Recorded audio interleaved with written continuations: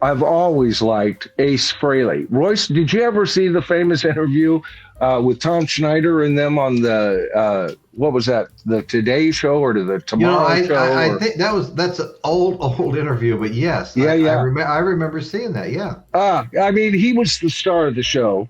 And man, that guy had to be stoned out of his freaking mind. They all must have been to even tolerate his shenanigans. But somehow I loved it. And so I looked it up, and before coming up, I rewatched the interview. Man, you got to be stoned to even follow that interview. But he took over the whole thing, and Tom Schneider's goofing all over the blue, type of, because Ace manages to get down to Tom Schneider's level of intellect. I've never been a Tom Schneider fan, right? Yeah. Never. And he's been gone for a long time. I know, but his whole approach, I was watching other people like Dick Cavett, the guy from England, and his whole, he was just too goof off for me. But Ace purposefully got down to his level and completely mind something into him. All right. I noticed, see what I did there, Royce? I didn't use the word, but he didn't mess with his mind, but he got down and he entertained him. And that's the show within the show. So like Mick Mars, Ace Frehley would have to be by far my favorite member of Kiss, and he put out a couple of good songs. Matter of fact, which one was the one? He had a top 20 with one of his hits, right? And so talented. Yeah. Okay, now here's the thing. One of the greatest guitarists in the world? No. Not when you're talking about like the likes of Ritchie Blackmore, Santana, Eric Clapton, Jimmy Page, Jimi Hendrix, things like that. But he even admitted in an interview. But that's a very small group, though, Michael. Right. I mean, right. There's Go ahead.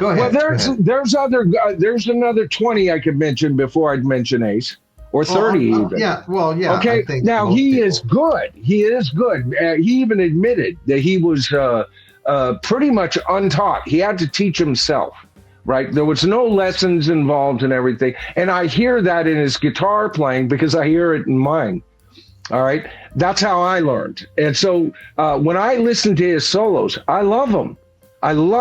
But he is a limited guitarist, but he can shine on what he does, and it somehow fits, especially. No, it really does. When they interviewed him, it was so melodic. There's so much, there's all kinds of styles. We all know that. Right. Some of them, like the Eddie Van Halen, just insane speed tapping and stuff like that. Right. Then you have some guys like go ahead. I have something that I can connect both of what you guys are saying at the same time here.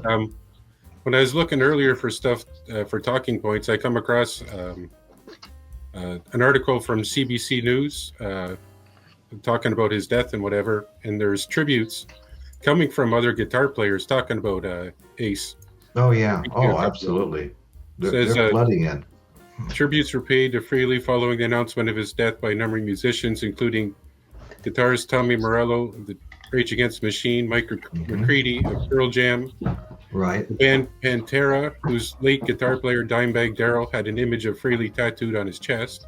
Oh, well, I've seen Dan McNew was very tight with Dimebag Darrell, a big fan and close friend. And he put up a video last night of Dimebag and Ace, playing. I mean, yeah. Well, yeah, he said he sent me a message, said he got to meet him and everything.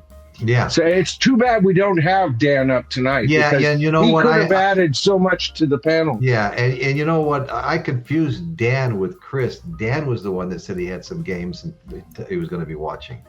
Yeah. Sports games. Oh, okay. Tonight. Yeah. Well, there was one story on a video I was watching earlier about Ace. It was something about him and Dimebag and two of the girls they were with were backstage and they were getting really drunk and Ace was getting performed by his girlfriend, and you said Dimebag and his girlfriend were just sitting there watching it and said they were so drunk they didn't even know what they were seeing.